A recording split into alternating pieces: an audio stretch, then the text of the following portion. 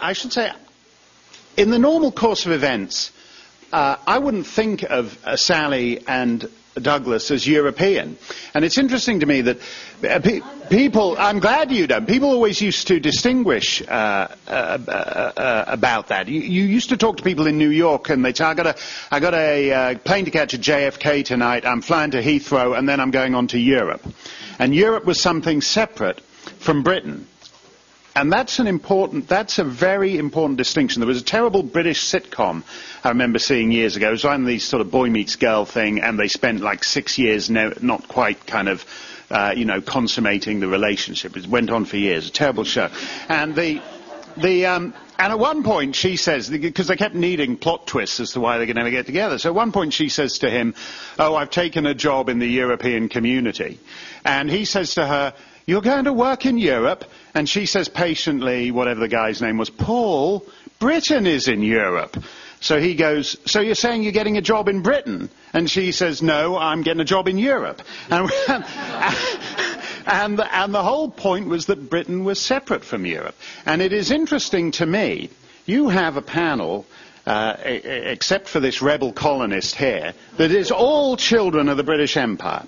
And if Britain was confident about its contribution to the world, it would not be thinking of itself as European in that sense. It would understand that it had made a broader contribution to the world, that every corner of the world, not only the dominant hyperpower of the planet, but also the dominant regional powers, whether you're talking about South Africa or India or Australia, are all descended from this one nothing, miserable, grey, dingy, rainy little island in the North Sea off the coast of Europe. And so it is a measure of the corrosion that multiculturalism and cultural relativism causes that Douglas and Sally should be presumed to be European. I don't think of them so. I don't think of them as that. But to address multiculturalism more broadly, I mean, what I find fascinating is you take traditionalisms, fascism, Nazism, communism. They are almost by definition isms designed to provoke an argument.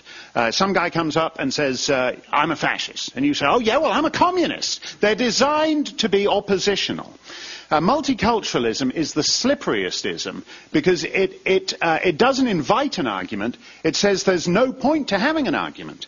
It says basically, if everything is of equal value, what the hell is the point of talking about any of it? And that is what makes it such an elusive enemy to get a hold on. Now, almost every Western country has signed up to full-blown multiculturalism. And I say just every Western country because the interesting thing about multiculturalism is it's a unicultural phenomenon. You can't be multicultural in Saudi Arabia. It's impossible. And so if the purpose of your culture is to celebrate multiculture, you're in effect saying that our bedrock belief is that we believe in everything, which is the same thing as saying we believe in nothing. Our core value is that we have no core values. And that is what they teach in schools these days. I think multiculturalism is two things. It's a cult of ignorance. I said we were all, except for this rebel colonist here, we were all children of the British Empire. And I'm old enough to have been taught by old teachers who went back to the days when there was a big map in the classroom and the bits in it that were coloured red to mark the British Empire. It was, that was the ultimate red state, not like the ones here. That was one serious red state.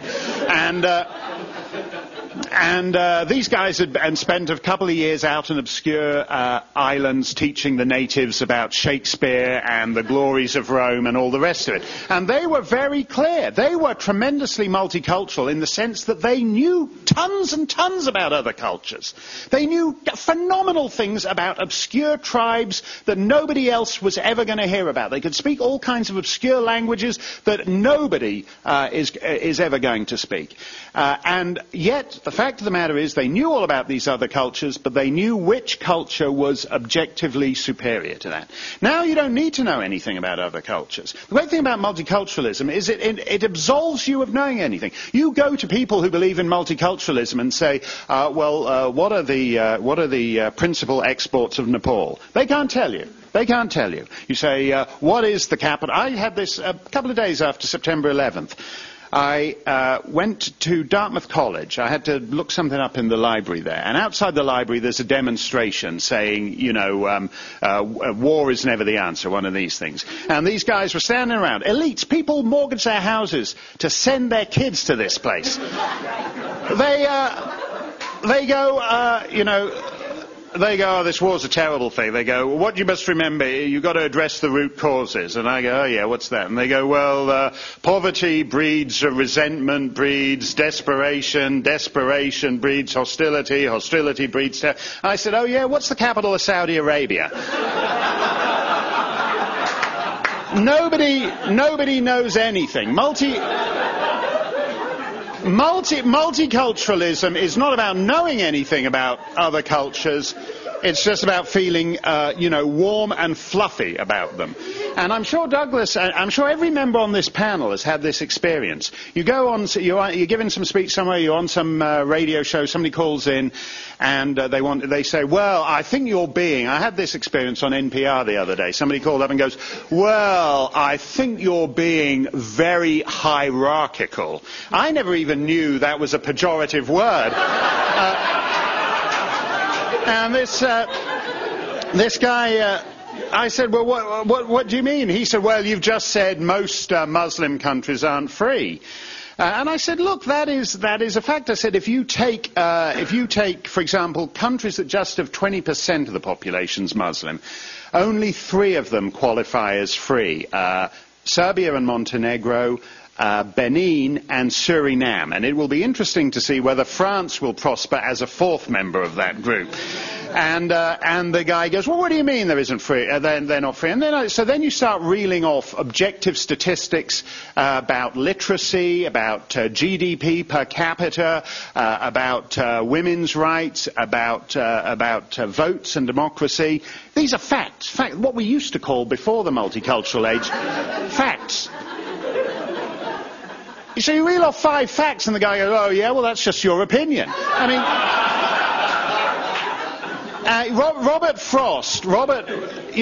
Robert Frost famously said of free verse that it was like playing tennis with the net down. And the trouble with you can't discussing cultural relativism with cultural relativists is like playing tennis with some guy who says your ace is just a social construct.